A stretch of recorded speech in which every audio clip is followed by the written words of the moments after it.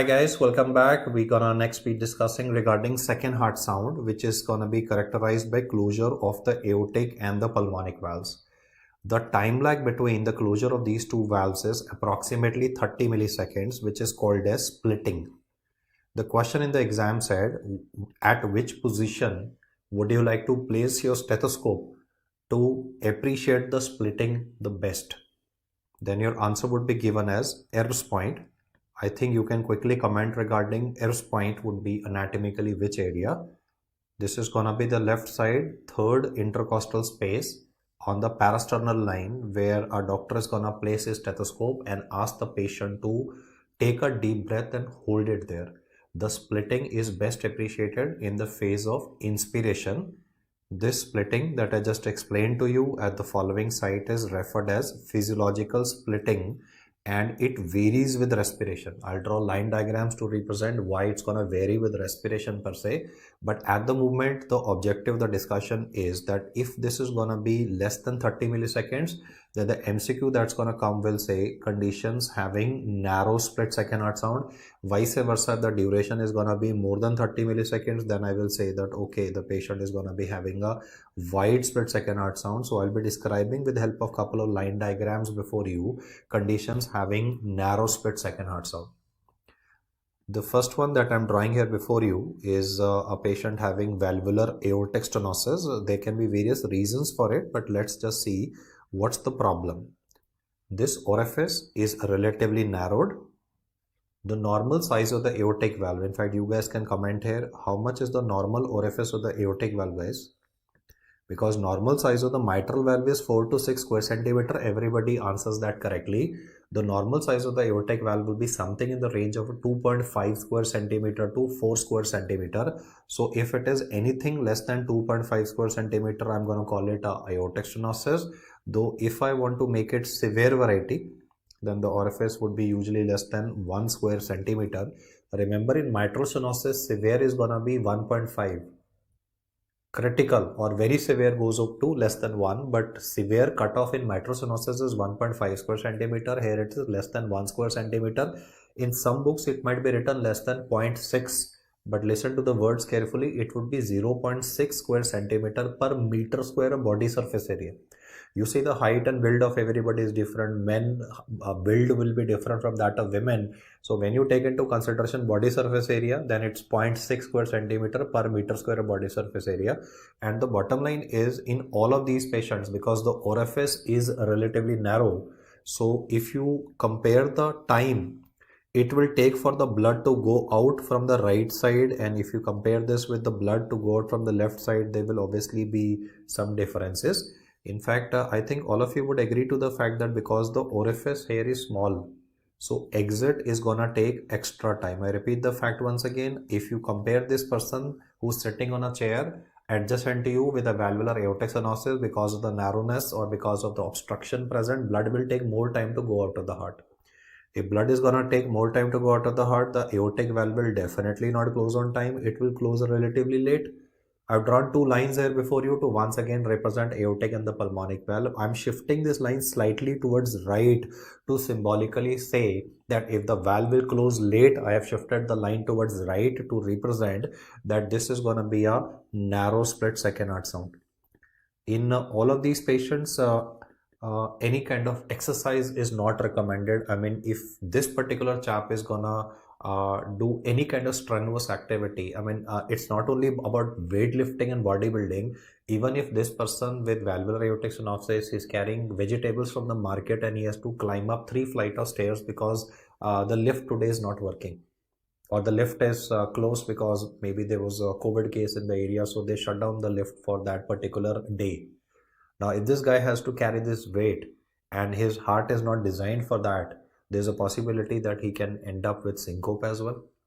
So in all of these patients of valvular aortic stenosis, any kind of exercise, especially exercise testing, is contraindicated. I'm using this opportunity to even tell you the fact that treadmill test, which has been discussed in chronic stable angina topic in acute coronary syndrome. I mean, it's not a part of acute coronary syndrome. Acute coronary syndrome is chest pain at rest, but it has been discussed with acute coronary syndrome because anyway person will be having chest pain. The chest pain is on exercise. So treadmill test and Bruce protocol for treadmill test is covered under the topic where I have chronic stable angina, where I have explained that any patient with severe valvular aortic stenosis, treadmill test should definitely not be done. Now, once I tell all this to my patient that, sir, on your auscultation, you are having these findings, you are not supposed to exercise, your treadmill test and anyway cannot be done. So the patient says, sir, how do I get rid of this problem of valvular aortic stenosis? So I will tell this guy that, well, you can go in for aortic valve replacement in any patient with symptoms and it's severe valvular aortic stenosis. Remember I said severe symptomatic valvular aortic stenosis, aortic valve replacement can be done. Now it is 3 words for you and me, but might be 3 lakh rupees in a corporate hospital for a poor Indian patient, and most patients will not be having that kind of money to pay to a corporate hospital and get their valve replaced. So the person may not get treatment done, and if he is not going to get treatment done, then what will happen is that this is a progressive lesion. So this orifice will become even more smaller. If the orifice will become even more smaller, exit will take still more extra time and the valve will close still more late. So I have shifted the position of the dotted red line further towards the right to say that the gap is becoming progressively narrow. It was 30 millisecond, 20 millisecond, 10 millisecond. A day might come where if we will not take treatment, the aortic and the pulmonic valves will start closing at the same time. If both valves start closing at the same time, the term I'm going to use now is single S2. And if he still does not take treatment, then there's a possibility that pulmonic valve will close on time, because on the right hand side there is no problem. But on the left hand side, the aortic valve is gonna close so extra late. I just use those words again and again to emphasize the fact that the orifice has become so narrow that the aortic valve closure might occur even after the pulmonic valve closure, and therefore I'm going to use the word reverse splitting of the second heart sound, which in some multiple choice questions might even be written as paradoxically split. You can very well understand why am I saying paradoxical split, primarily because normally is A2P2. But in this particular chap, it will be P2A2, which is pulmonic valve will close on time, aortic valve will close after it. So the learning at this moment is that in aortic stenosis, 3 concepts have been discussed. First, the person will be having a narrow split second heart sound.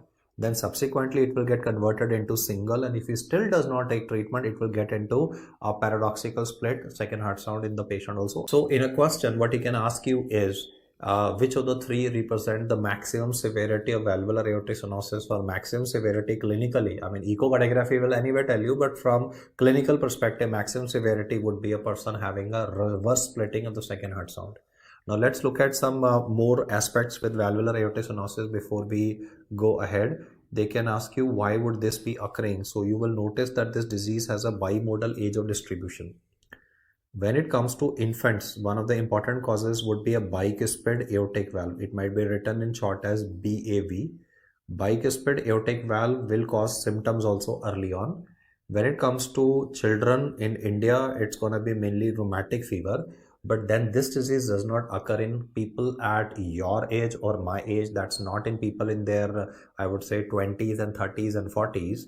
Rather, this disease would then be seen in geriatric age population. So after 65 years of age, the disease will again come back. Why? Because there would be a, I would say, a degenerative senile calcification of the aortic valve. So this disease has presentation in extreme age group. And why would these patients come to you? Then the clinical manifestations can be remembered by a mnemonic by the name of SAD. In SAD mnemonic, alphabet S would stand for syncope on exertion. I explained these people will be having low cardiac output, and if he's trying to do strenuous activity like carrying a weight, 2-3 floor flight of stairs because the lift is not working, injuries could occur. Also in this condition, there would be a compensatory left ventricular hypertrophy. Whenever there's an obstruction, the left ventricle will have to work harder than normal. Because of this left ventricular hypertrophy, the demand of oxygen will increase. Supply is still the same, or rather in old age the supply might become lesser due to atherosclerosis. Even if the supply is normal, I am still saying there's a mismatch between demand and supply. Why? Because there's a hypertrophy, so demand is more. Even if the coronaries are of normal size, the demand may not be, the demand will exceed the supply. As a result of which, the next manifestation that will occur in this patient is angina. This angina is due to mismatch between the demand and supply, or I'll just use another term that the MCQ might use, subendocardial ischemia. Every time you have a left ventricular hypertrophy, concentric variety, the muscles are gonna increase, so the demand of the heart will increase. In any cardiology case, there will also be dyspnea. The reason for dyspnea in these patients is increased left ventricular end diastolic pressure. This will contribute to problems in filling of blood into the ventricle. So there would be congestion in the left atria that will be transmitted to the lungs. So there would be a pulmonary edema component also developing in this patient. Now in this old person with features of SAD, let's look at a couple of examination findings that would come up, and one would be very characteristic that would be described with respect to the pulse of this person. I've just described the lub-dub heart sounds before you once again, but this time I'm gonna just show you a representation of the pulse. This is the pulse pressure that is rising. Then there's gonna be a dichrotic notch, and the pressure will fall during the phase of diastole. You anyway know from physiology that dichrotic notch is always gonna be present after S2, that is after the aortic and pulmonic valves are closed, the pressure is decreasing. This is the normal representation of pulse in you and me. The pressure tends to peak bang in the middle, but in somebody with valvular aortic stenosis, it will take more time to send blood out of the heart. So the representation that I have shown here before you is of a pulse which is exhibiting a slow rise. Why a slow rise? Because there's a physical obstruction present. Along with this, the peak is also delayed. You can notice that I have made the peak of the pulse when the max pressure is generated in you and me in the middle of systole, it's shifted slightly towards the right. Over and above this, the total amount of blood going out of the heart is also lesser. So such a kind of a pulse which has all these features, slow rise, peak delayed, amplitude lesser, is referred to as pulsus parvus et tardus. And why am I describing it is mainly because at this juncture, lots of times students say, sir, we may not be able to remember in the exam right till the end because we have so many subjects to study. So, I mean, how do you expect us to remember narrow, then single, and then paradoxical split? I mean, it's easy, but then at the same time, when you have so much of information being loaded into your brain, people say, sir, can't you give us a simpler hack? Then if he gives you this pulse information, this is very characteristic for valvular aortic stenosis. So if you are not able to remember the heart sound aspect for this particular topic, I'm still gonna represent some alternative ways to solve this MCQ. Like you would have also read Hutchinson clinical methods, where he has used an alternative term to describe the same problem with the pulse, that is anacrotic pulse. At this moment, remember dichrotic pulse, D for Delhi, dichrotic pulse is seen with dilated cardiomyopathy, discussed in subsequent videos. And anacrotic pulse is seen with valvular aortic stenosis, or this more flamboyant name, pulsus parvus et tardus, is a very good, I would say, way of cracking the question. Over and above this, the pulse pressure will be lesser because systolic blood pressure will be reduced in this case, and pulse pressure is difference of systolic minus diastolic blood pressure. There would be compensatory left ventricular hypertrophy. How is it going to describe the hypertrophy? Heaving apex beat. The meaning of the word heaving apex beat would be that when you will localize the apex beat, first with your hand, then with your fingertips, so the impulse will be sustained and it will be so powerful that it will lift up your finger. You see, one you read the word hyperdynamic, and the second you read is heaving. So when I say the word heaving apex beat per se, the impulse is so powerful that it would tend to lift your finger. And these patients not only have a left ventricular hypertrophy, but in the later part of the disease, they would also be having a left atrial hypertrophy. Remember, I told you fourth heart sound is present right before the systole starts. So you're gonna hear a very peculiar term in these patients, double apical impulse. You will read double apical impulse in hypertrophic obstructive cardiomyopathy and even valvular aortic stenosis. Why this double apical impulse is? Because of the fact that in these patients, right before the systole, even the left atria will be pumping blood, right? In the first heart sound lecture I showed, atria contribute 30% of filling of blood of the ventricles. Now this chap's atria is hypertrophied, so that because it's hypertrophied, it will generate more force. So that force will also be perceived by you when you are localizing the apex beat of this patient. So you are gonna get two impulses. One is gonna be the routine systole. Whenever heart contracts, you can feel the impulse. But over and above this, even the atrial contraction, because in this patient will be more powerful. If I just symbolically represent it here, left atrial hypertrophy, the pressure generated in the atrial systole of this patient will be higher as compared to you and me, and that explains why in these patients you could be having a impulse coming right before the systole. That is in diastole. That's the surprising aspect of it. In diastole, normally you are not supposed to perceive an impulse, but here you are perceiving impulse not only in systole but in diastole also. That's double apical impulse. Over and above this, because the heart will be bigger, the apex beat will also be felt in fifth as well as sixth intercostal space. So I said two things. The apex beat will be felt in a normal person in the fifth intercostal space, 2 centimeter medial to the midclavicular line. In this patient, the apex impulse is going to be distributed across 2 intercostal spaces. That's one aspect. That is the diffuse nature. But at the same time, I said you will be able to feel the apical impulse even in the phase of late diastole because of left atrial hypertrophy in these patients. So all these words that I have jotted down at the moment would help you, I would say, come to a conclusion that yes, the person could be having a presence of valvular aortic stenosis. And the next word that I will say is so characteristic that even if you forget everything, I am 100% sure that what I say next, nobody ever forgets, because you see, when blood will go out of this narrow area, there will be turbulence.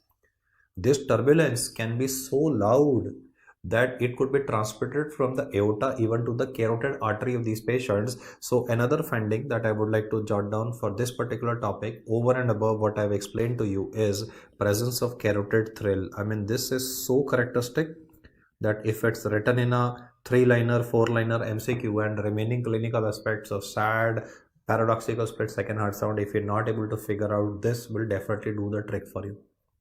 Under no circumstances confuse this with dancing carotids. Though I have discussed this aspect also subsequently, I am sensitizing you to this right now. Dancing carotids are found in aortic regurgitation. Carotid thrill is what you find with valvular aortic stenosis. The turbulence that I was speaking about will be heard during the phase of systole, so he can also talk about a murmur. The murmur will peak bang in the middle of systole and then the intensity will reduce. So they might use the word crescendo, decrescendo murmur as they describe in Davidson, or a simpler name instead of crescendo, decrescendo, it would be a ejection systolic murmur. It simply means the fact that the intensity will first rise. It will peak in the middle of systole, then the intensity would come down. So all of these findings would definitely let you know that this is valvular aortic stenosis. Over and above this, even fourth heart sound can be found in this patient. So now you know two causes for fourth heart sound. One I mentioned in the heart sound video 1, long-standing hypertension. Now I'm talking about fourth heart sound even in a person having a left atrial hypertrophy due to valvular aortic stenosis.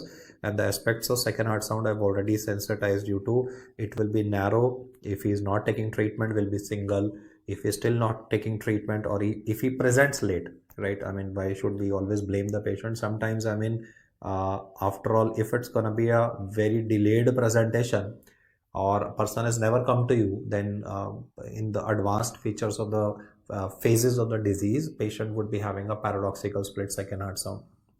The best way to confirm the diagnosis will be a transthoracic echocardiography. And the advantage here will be that it will not only tell me that the size of the orifice is reduced. I've already sensitized you that in severe it's going to be less than 1 or 0.6 square centimeter per meter square body surface area. But he might even ask you regarding ejection velocity. The ejection velocity will increase. In a normal person, the left ventricle kicks out blood into the aorta at 1 meter per second. 1 meter is fairly big, no? 3 feet.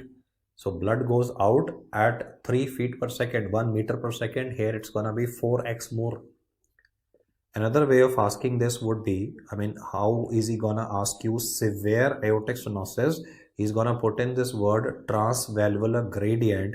You see, after all, because of the opening, the left ventricle has become hypertrophied. So blood is going out across a gradient of left ventricle minus aorta pressure. Left ventricular pressure has to be higher, no? Only then blood will go in the aorta. So if this gradient is given to be more than 40 millimeter of mercury, it means that the person is having severe variety of valvular aortic stenosis. Though in the new CMDT, you will even notice words written like ejection velocity more than 5.5 meter per second, transvalvular gradient more than 55. I use the values 4 and 40. He will write the words 5.5 and 55. I'm just saying it verbally because that's another entry that you'll encounter in the new CMDT. It will be written super severe. super severe valvular aortic stenosis. Now, obviously, that would be a very neglected case or a very delayed presentation. So, I am keeping it simple as the values of 4 and 4 to be remembered. If it is 5.5 and 55, just remove one decimal, 5.5 and 55, that would be super severe valvular aortic stenosis.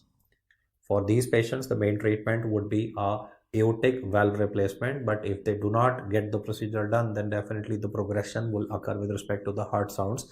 And I have described this topic at this moment not only to sensitize you to these terms, but to highlight the hemodynamics. And obviously in exam you will not have so much of time to work out this information by drawing these lines and then shifting them towards one particular side. So you need to at this moment, I'll say a doctor is supposed to have a photographic memory, and I just want you to have this in your mind that in any chap with aortic stenosis, exit is going to take extra time, so the split will become narrow. We'll be now comparing this information with that of another heart disease, that is patent ductus arteriosus. Well, why do you have development of patent ductus arteriosus? If it's a preterm child, it's relatively easy to comprehend that the child will be having hyaline membrane disease, there will be hypoxia, and hypoxia is the main trigger which will cause the cells, the lining, endothelial lining of the ductus arteriosus to produce prostaglandins, and prostaglandin E2 is the villain which is responsible for patency of ductus arteriosus. But when it comes to a term baby, obviously there is no hypoxia.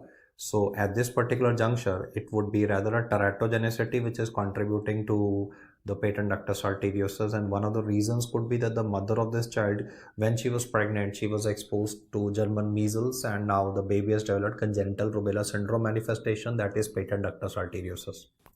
I'm going to draw the line diagram for PDA before you.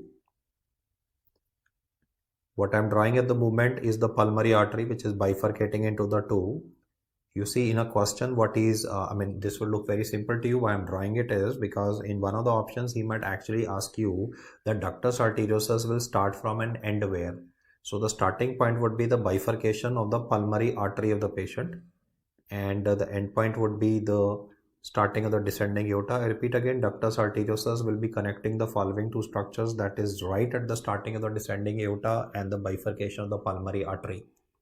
Now in these patients, because obviously the pressure of the aorta would anyway be higher than the pressure in the pulmonary artery, so the blood is going to race like this across this narrow structure, producing a turbulence, producing a murmur. But at the same point of time, I want you to look at this diagram and tell me that a patient who's having patent ductus arteriosus, will he be having a right ventricular failure or will he be having a left ventricular failure? Just take a good look at this diagram. Please tell me in PDA. I know it's a left to right sided shunt. Is it a left ventricular failure? Is it a right ventricular failure? What you have to understand is that right ventricle will not be involved in this case initially because all the blood is bypassing the right ventricle. All of this blood is definitely gonna race to the lungs. It's like as if aorta is pumping blood into the lungs via the ductus arteriosus, and therefore all this blood will race onto the left hand side and will contribute to volume overloading of the left side. Yes guys, it is an example of left to right sided shunt, but in patent ductus arteriosus we do not have a right ventricular failure as a presentation, we rather have a left ventricular failure as a presentation. And I have proved here before you why it's left ventricular failure, because after all the aorta blood is bypassing the right ventricle. It is written as left to right shunt, but it is not the right ventricle that is involved, it is the left ventricle that is involved. Now focus on the word failure. Just compare this patient with a normal person and tell me if the heart will fail, exit of blood out of the heart, will it take normal time or will it take extra time? You would agree to the fact that when the heart is failing, the poor fellow is not having sufficient energy, the exit will take extra time. Now let's just draw these two lines to show aortic valve closure dotted and pulmonic valve closure. And because I proved to you that in a failing heart the left ventricle will be struggling, left ventricle will take extra time, so the aortic valve will close later, I've shifted the line towards right to once again prove to you the fact that the patient would be having a narrow split second heart sound. So now you know two reasons for narrow split second heart sound: valvular aortic stenosis and patent ductus arteriosus. Most children who are having PDA, and if they're preterm, then they tend to become symptomatic early on, that is symptomatic right at birth. Whereas when it comes to a term baby, you will notice that he will usually describe the age group of the child as 6 to 8 weeks. Now let us study why these children would be brought to you. Auscultatory findings obviously narrow split second heart sound, which I have sensitized you to. The main aspect would be effort and tolerance. Now a baby does not do any great physical activity. A baby cannot be expected to walk and climb stairs. So what is the activity baby is doing? He is simply taking breastfeeding. The mother is saying, sir, whenever I put the baby to breast, it looks as if he gets breathless, or if a mother is not able to pick up and say the word breathless, she will say, sir, baby leaves the breast after taking feed for a shorter duration. So initially I thought it is some problem with respect to the attachment of the baby to the breast, all the parameters that you study in pediatrics. But what I am noticing here is that the mother is noticing not only, or mother is not only saying that the child is leaving the breast after every few minutes of taking the feed. He's also very cranky. He's also very irritable because he's not going to be able to take a full, I would say a full meal, because normally you see a baby is able to breastfeed from one side for good 10 to 15 minutes, and most children tend to doze off while they are breastfeeding.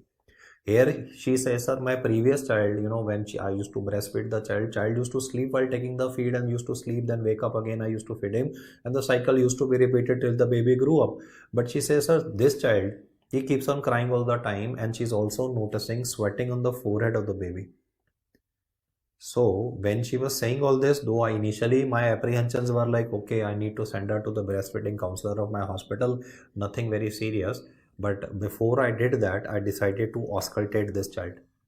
When I auscultated him, I realized that my decision of just sending her to a breastfeeding counselor without auscultation was definitely not a correct one, because I could hear was a narrow split second heart sound, and in fact in majority of cases you would also be getting the sound of a machinery murmur or a continuous murmur.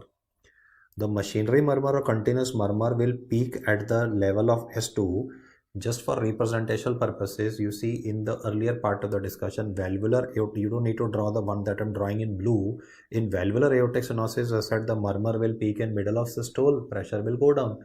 But if you see this diagram, you will notice that the speciality of a continuous murmur will be that it is not only going to be heard in both the phases of systole and diastole, but it will peak at the time of S2.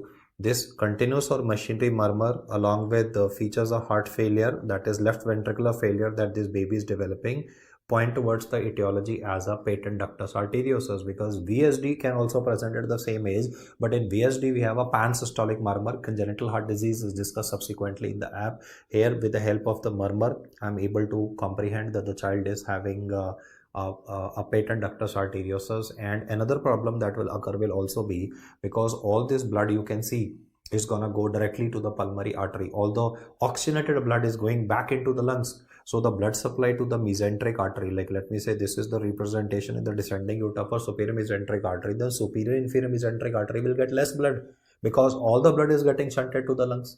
As a result of it, in this condition, the chances of developing necrotizing enterocolitis, the blood supply to the gut is reduced. So necrotizing enterocolitis risk is always increased in children with patent ductus arteriosus. To confirm the diagnosis, I'll tell the mother, ma'am, we need to go in for a transthoracic echo. And once the diagnosis is made for this particular kid, we have to fix the problem. By fixing the problem, I mean that for a preterm child, because prostaglandins are the main villain responsible for pathogenesis, so I'm going to shut down the prostaglandin synthesis by using indomethacin in these patients. Instead of indomethacin, in some MCQs, even ibuprofen will be given. In fact, you will notice that lot of MCQs might be mentioning ibuprofen as drug of choice. It's just that both drugs are equi-efficacious. The safety perspective for ibuprofen would be slightly better as compared to indomethacin, where studies have shown a higher risk of development of renal failure after administration of the drugs, because anyway these drugs will be affecting prostaglandin production in the kidneys also. Prostaglandins help in maintenance of GFR, so definitely a renal failure side effect, acute kidney injury is what I'm talking about, can definitely be seen.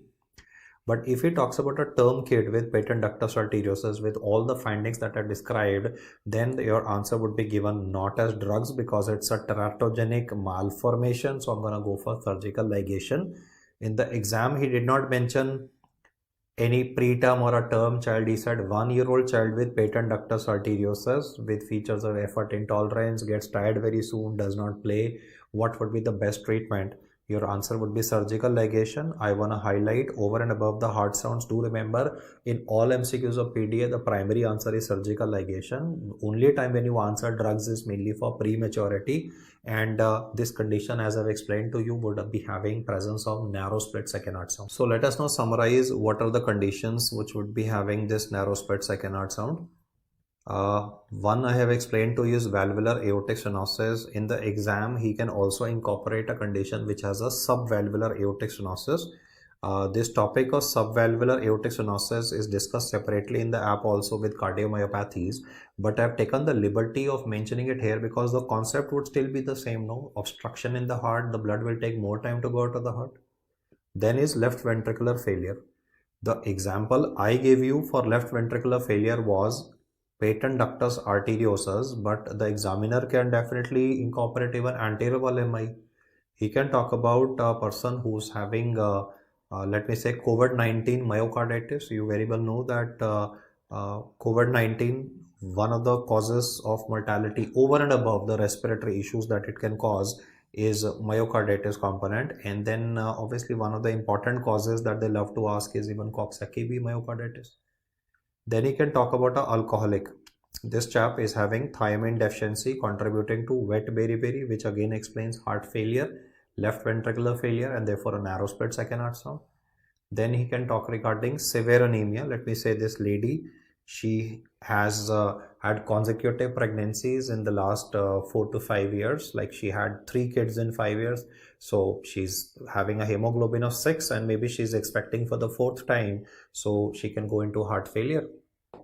So it may not be that the examiner might only give you an example of a PDA. He's just gonna, I used PD as a prop to explain the fact that left ventricular failure, the failure word would tell you that the blood will take more time to go out of the heart. So this is definitely important information that I would like you to remember, and you will notice as we progress in the discussion, the details will keep on increasing. So next time I'm not gonna tell you whether it's gonna be a narrow split second heart sound or whether it's gonna be wide split second heart sound. Just listen to my inputs here and then do comment here, do prompt here, even if I understand it's a recorded video, but still try to prompt here what kind of split would be present in this case. And I'm describing a patient of mitral regurgitation. Let me say it's a post-MI patient. You see, after myocardial infarction, one of the common valvular lesions that is seen is mitral regurgitation. So this is what's going to happen. The left ventricle will contract with force. It will be sending blood into the aorta and the pulmonary artery. But at the same time, a substantial amount of blood might be leaking across these incompetent valve leaflets into the left atria. The blood that is supposed to go out of the heart in mitral regurgitation will obviously be lesser because traditionally it has to be 80 ml. But suppose 10 ml is going up, it could be 10 ml, it could be 5 ml, it could be 15 ml, and this is only a line diagram. Obviously left atria is not present above, it is present posteriorly, but the jet of blood which is transporting this blood and will cause the amount of blood going out of the heart to be less than 80, that's about 70 ml mathematically speaking. I want you to compare 70 with 80. I want you to compare 70 with 80 and tell me 70 ml blood to go out of the heart, will it take same time, will it take lesser time?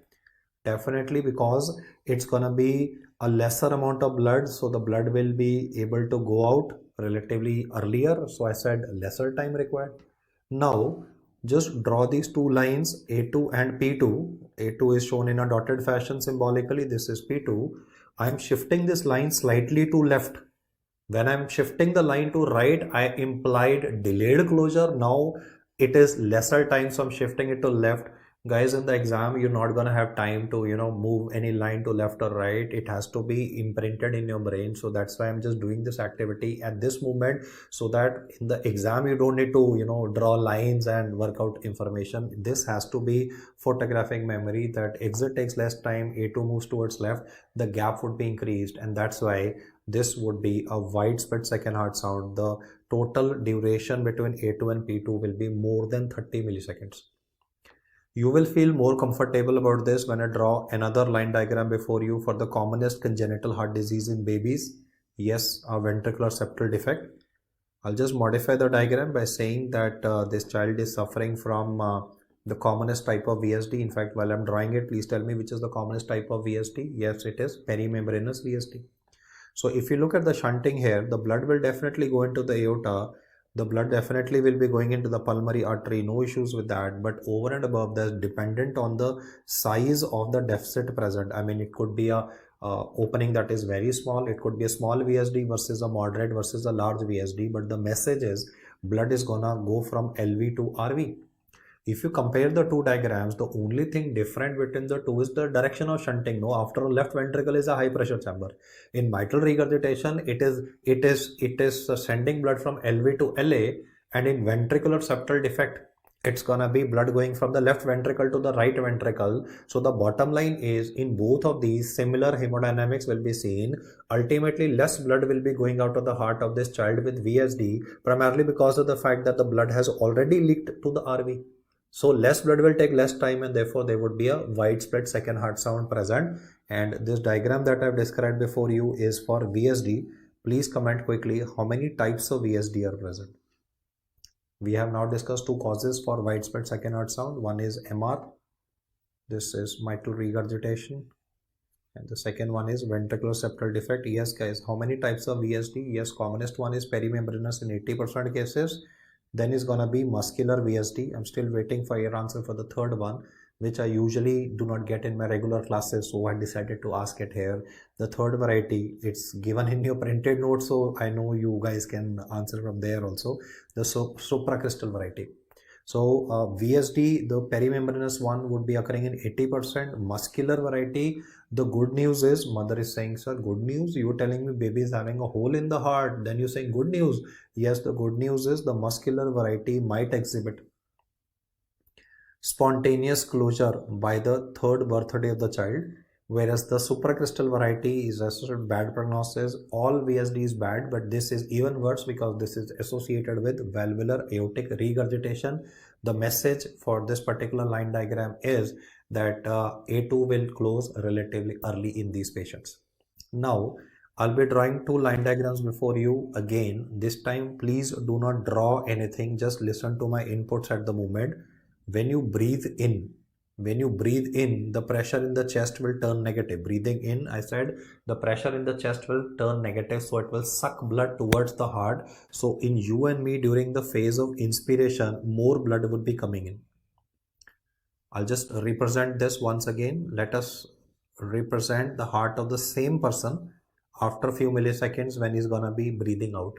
When you breathe out, the amount of blood coming in the heart is relatively lesser. So what happens in you and me is that in you and me, the amount of blood varies, and if blood will be more in the phase of inspiration, you can see here, if blood will be more in the phase of inspiration, so therefore P2 closure will vary with respiration. The P2 closure of a normal person varies with inspiration and expiration, because in expiration less blood, so P2 component will be relatively early, and therefore I'll just go back to my previous slide to say that the P2 component of a normal person, what I've shown here with a to and a fro line, is the P2 component in a normal person will always keep on varying with respiration. So whether it's gonna be a patient of VSD or whether it's a patient of mitral regurgitation, A2 will be early. That's one feature, and P2 will keep on oscillating with respiration. So I'm gonna incorporate a word here before you, which is wide variable split second heart sound. I want you to remember this statement, and I think all of you have read this also from your pediatric classes. Wide fixed split second heart sound is ASD. I'll give you the reason for that also. But when I say wide variable split, remember from the V alphabet, V for victory, one of the hacks to remember it is seen in VSD. Another example is mitral regurgitation, and if you just have a mental orientation of these two diagrams, you can very well understand if VSD will come in picture. Every time in cardiology you will notice VSD, MR written simultaneously. Even with respect to heart sound, S1 you will notice me talking about MR and VSD simultaneously. The bottom line is you would be having wide variable split second heart sound. Variable word has been introduced mainly because of the P2 component, which is gonna keep on moving with inspiration and expiration. And at this moment, it's my job to tell you that that gap of 30 milliseconds that I was teaching you, that gap of 30 milliseconds that I was teaching you is between A2 and the inspiratory position of P2. Like this is I, this is E. You see, during inspiration, P2 will be slightly late. During expiration, less blood, it will be relatively early. So the 30 millisecond time lag that I told you, though, I mean, I would not say that's important from the exam perspective. They'll not get into so much of specifics. But the point is that the splitting that we're talking about is actually between A2 and the inspiratory part. This is the split actually. And in this case, the split will anyway be wider. I will now be incorporating another shunt in the heart, that is atrial septal defect. Let's look at the line diagram here. That will help you understand the splitting. Again, I'm not going to tell you it's going to be wide versus narrow. I would like you guys to figure out while I describe this before you. The difference between the left atria and the right atria from the pressure perspective would be something in the range of about 4 millimeters of mercury.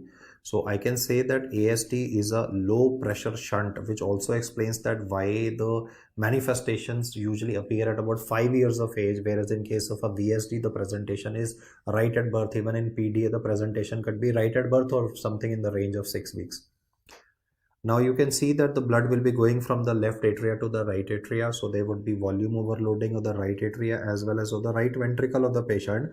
When I was teaching you PDA, I said it's the left ventricle that will fail, but in ASD, it is the right ventricle which will be having volume overloading.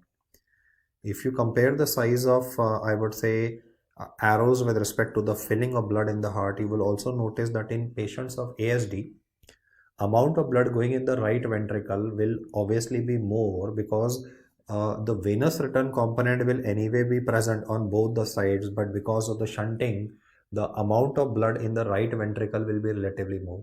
When I say more blood will take more time for exit. I repeat this fact once again. I said more blood will take more time for exit, and if I say this more time for exit, then the P2 of this patient will definitely be delayed. Let's compare this with the contralateral side. On the left hand side, let me use a different color to highlight it. On the left hand side, there is less blood coming in because all the blood was going from LA to RA because of little bit pressure difference, but still there's a pressure difference which will still be causing some shunting. So the amount of blood in the left ventricle of this patient is relatively less. So less blood will take less time for exit, as a result of which aortic valve of the patient will close relatively early. You will notice the fact that A2 and P2 both are getting affected.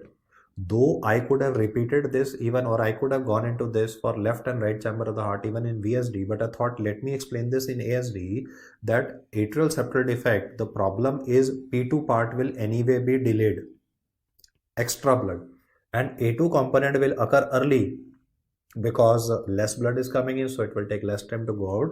So both these lines will be going away from each other. Let me once again represent both of them, one in a dotted fashion, one in a I would say a dark red line. The A2 component is moving towards left and the P2 component is moving towards right. A2 is early, P2 is a little delayed. So again, there's a description of a wide split second heart sound in any patient of ASD. And on my next slide, I will explain to you why it's going to be called as fixed. So keep listening to the next part of the discussion. And at this moment, I would suggest you to not take any physical notes. If you have printed ones, then it's okay. And just look at the modulations that I'll be making in the diagram. This is a line diagram representing an atrial septal defect. And I'm going to show during the inspiration phase, more blood will be coming because during inspiration negative pressure is generated more. It's like a vacuum pump sucking blood towards the chest cavity or into the heart. So if more blood will come in, this more blood will cause pressure to equilibrate. Mark my words there. When more blood will come in the phase of inspiration, it will cause the pressure to equilibrate between the left and the right atria. Pressure difference was only 4 millimeter. Now it is no pressure difference, which means there is no shunting. Shunting in ASD does not operate in the phase of inspiration because the pressures of the left and the right atria will equilibrate due to extra blood. Same patient again. The same patient is now expiring. So let's look at during the phase of expiration, what's going to happen. The amount of blood coming in is relatively lesser. As a result of it, now the shunt will begin to operate. One, I wanted to teach you guys that in atrial septal defect, the shunt operates in only one phase of respiration, that is during the phase of expiration. In inspiration, obviously a particular amount of blood is coming in the right side of the heart, right ventricle. I've just put the alphabet X here saying X amount of blood is coming. That X amount of blood will obviously be, higher as compared to that of expiration. But look at what happens in expiration. In you and me, compare with you and me. In you and me, less blood should be coming. But here the shunt operated, what we find is that the amount of blood that comes in patients who are suffering from ASD is equal both in the phase of inspiration and expiration. Unlike you and me, for you and me, this is the diagram that I drew, the amount of blood is differential.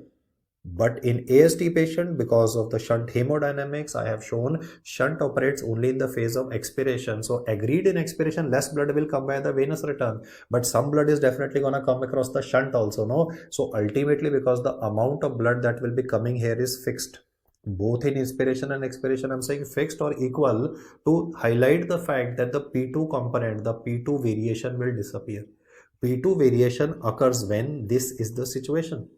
The P2 closure of you and me is going to be relatively delayed in the phase of inspiration on a comparison basis and will be relatively earlier during the phase of expiration. The P2 of yours and mine keeps on oscillating. That's what I told you. But this is not going to happen with a constant amount of blood present. So I have drawn two line diagrams before you. In one, I have shown why is there a wide split second heart sound, and now I have shown to you also that why it is written wide fixed split. So though you are aware of this term very well, but my point is just to explain to you why it is happening. So the shunt operates in ASD only in one phase of respiration. So what I will do next is just make a quick list here of conditions where we have studied regarding narrow split versus wide split second heart sound. First, I will handle wide split second heart sound because this is more routine. We will subdivide this into a variable variety and a fixed variety. For the variable variety, I have already given you a hack: V for victory, V for VSD, and then mitral regurgitation and VSD are usually given together. For the fixed variety, it is ASD, but in the exam, because he doesn't want to make it so easy for you, you would have noticed that in majority of MCQs, ASD is not given for wide fixed split. The term that is usually asked is Lutem-Baker syndrome. Lutem-Baker syndrome is a combo. It's a combo lesion of ASD with mitral stenosis. Another term that you would have read even in pediatrics is Holt-Oram syndrome. Per se, for Holt-Oram syndrome, it's going to be a combination of atrial septal defect with defects in the radius bone. Skeletal defects are present. Then obviously the traditional thing, Down syndrome, would also come in, because in Down syndrome anyway we have a presence of ASD, that is ostium primum variety, also called as AV canal defect. This also gives me an opportunity to make you practice regarding the subtypes of ASD, like I mentioned regarding the subtypes of VSD. The subtypes of ASD that you will encounter will be ostium secundum, which is overall the most common one. But in some MCQs, you will notice that instead of writing ostium primum, they will be using the word AV canal defect. Or they might even use the word endocardial cushion defect. In fact, per se, with respect to Down syndrome, they will always use this term endocardial cushion defect, which basically is an alternative term for ostium primum. Can you tell me the third type of atrial septal defect, guys? Like I told you, three types of VSD. Obviously, mixed variety will also be there, but that's too easy. So I told you three varieties, not the mixed one. Can you tell me the third variety of ASD? Ostium secundum, ostium primum. What else, guys? The third variety that you have to remember here is sinus venosus variety. So he can incorporate any of these terminologies here, and every time you understand that he's talking about ASD, you will simply answer it as wide fixed split second heart sound. We will now compare this information with that of narrow split second heart sound, which has been discussed 3 times till now.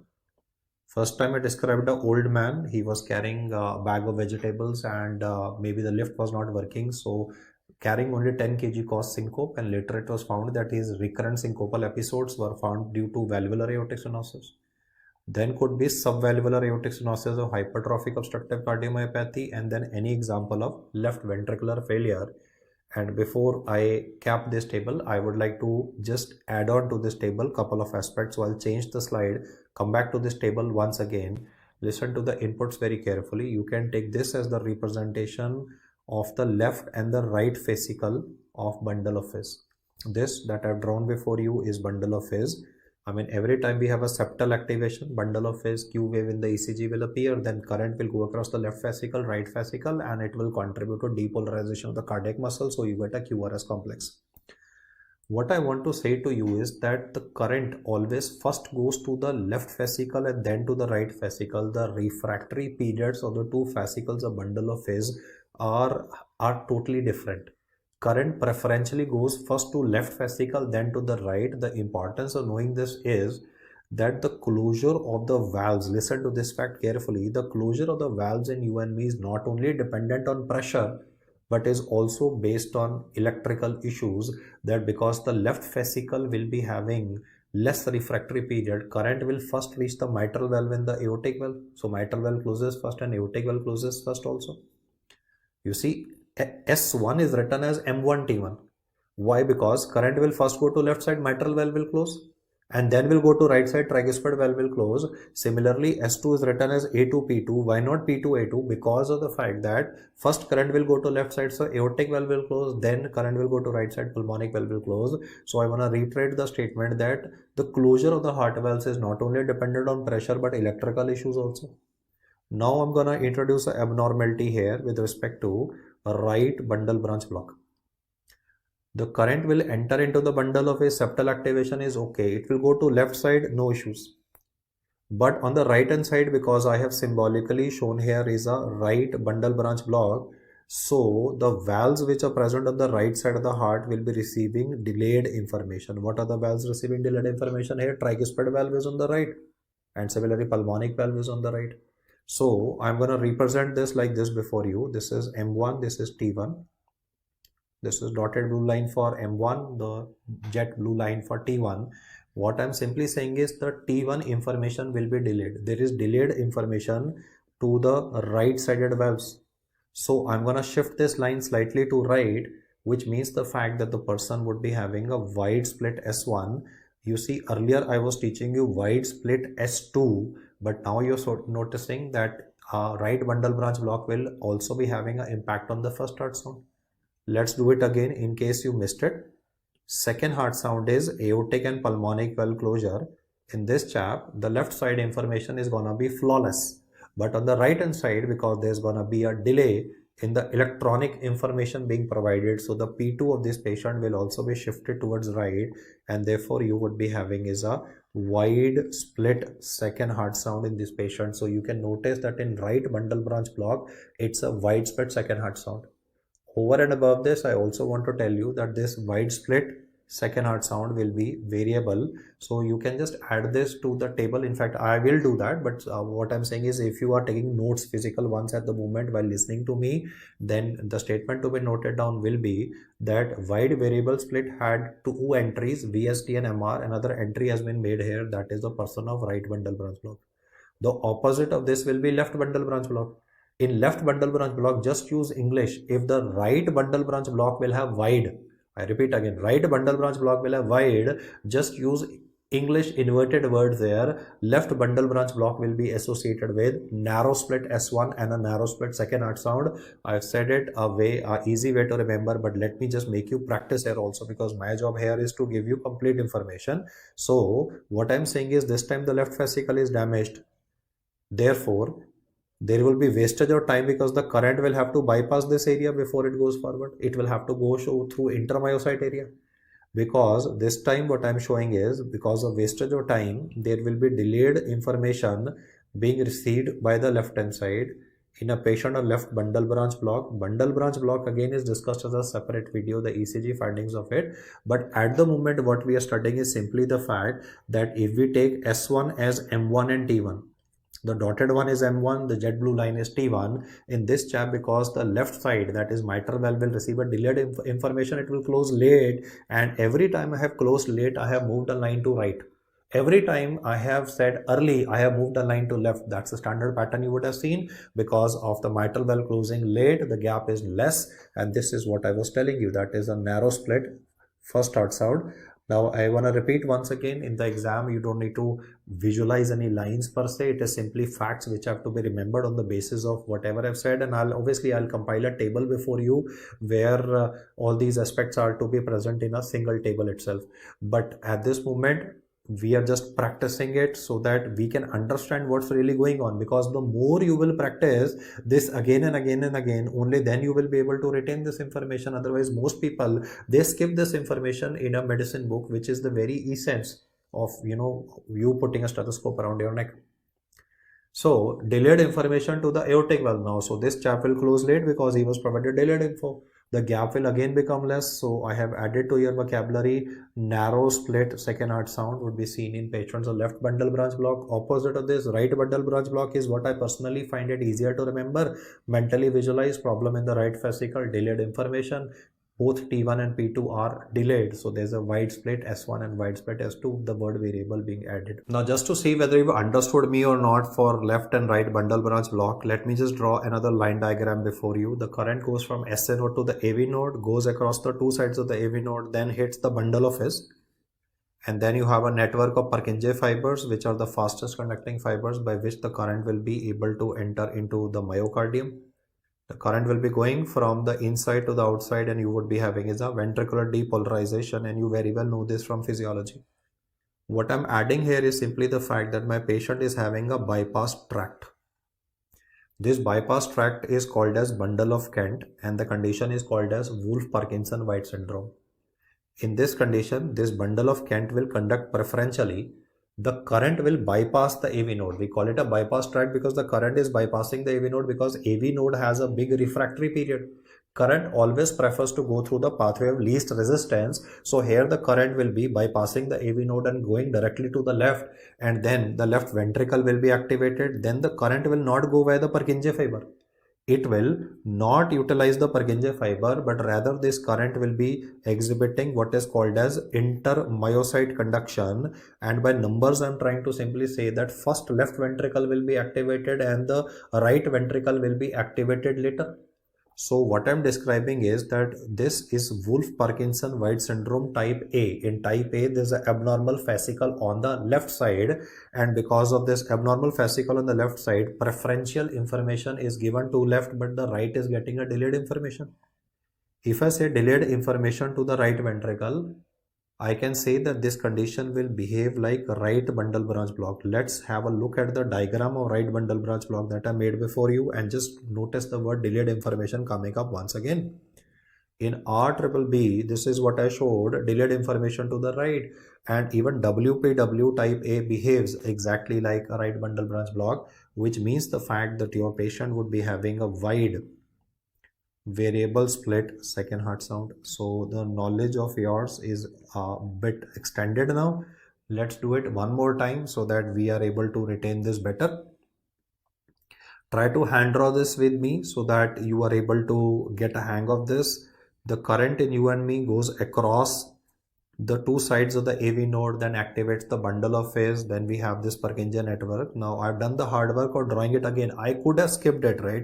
I could have simply said, I've already explained to you, you can look at this line diagram. But why I'm doing this is because when you do it again and again, you tend to retain things.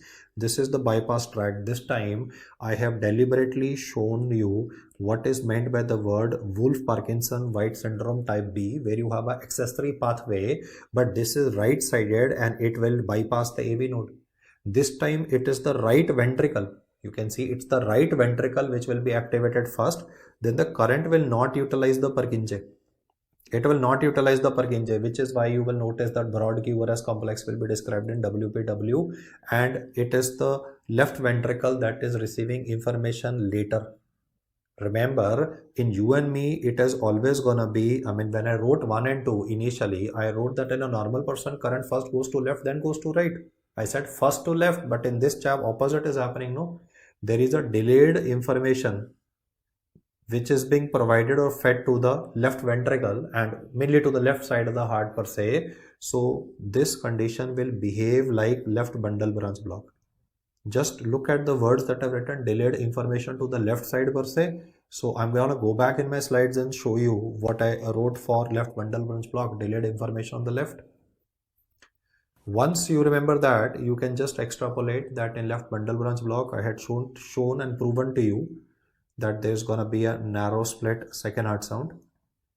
Now I know by this time it will be becoming overbearing for you to remember wide versus narrow. So we are gonna just make a quick list here. We already have a list, a skeletal list. It's just that we need to add information to that list. So this is the list that I'm talking about. When it comes to a patient having a narrow split second heart sound, I have just proved to you the fact that Wolff-Parkinson-White syndrome type B behaves like left bundle branch block and has a narrow split second heart sound. Whereas the add-ons which are to be remembered for wide variable would be a right bundle branch block, and a condition that behaves like a right bundle branch block, that's gonna be Wolff-Parkinson-White syndrome type A. My request to you towards the end of this video is that if you can get this table imprinted in your brain, and if you can't remember it just like I have said at the moment fast, then I would like you to divide it into two parts. Today remember causes of wide split, variable versus fixed, and then remember narrow split. Personally, if you get the narrow split component right, you are bang on spot to solve MCQs on this topic. I mean, this is the main reason why I have gone into this elaborate discussion of drawing lines and then moving them to left and moving them to right to describe. Left meant always, or whenever something happened early, I moved to left. Whenever something happened late, I moved to right. So just practice this at least once, so that when it comes to the actual exam time, you don't have to draw any lines. It is subconsciously imprinted into your brain, and you are able to talk about it the way I am talking at the moment, because I practiced this so many times, because I have seen it multiple times, because I've auscultated. I mean, auscultatory skills are different, but the theoretical part is that if you know theory, you will be able to understand the practical part. Lots of people say, sir, I'm going to do a practical part first, then I'm going to read theory. Believe me guys, it really does not work that way. I mean, you know, obviously in internships we don't do actual work that we should be doing. We are all the time busy in putting cannulas and NG tubes and Foley catheters. But the main message I want to give you is that if you want to auscultate your patient carefully and understand what's really happening during your internship, you need to start getting the basics right now in your final year, and even before that, regarding the theory related to heart sounds, because the guy who's good in theory can work out practical, but reverse is not possible. That a guy is maybe saying, okay, I'm good in practical, but that's really not the case. Because if you don't know what you have to hear, if you don't know what you have to hear, you would never come to know what you are hearing. Right? With these words, I end the discussion. Thank you so much for your patience. And yes, after this, there's another part where I've covered S1, S3, and S4.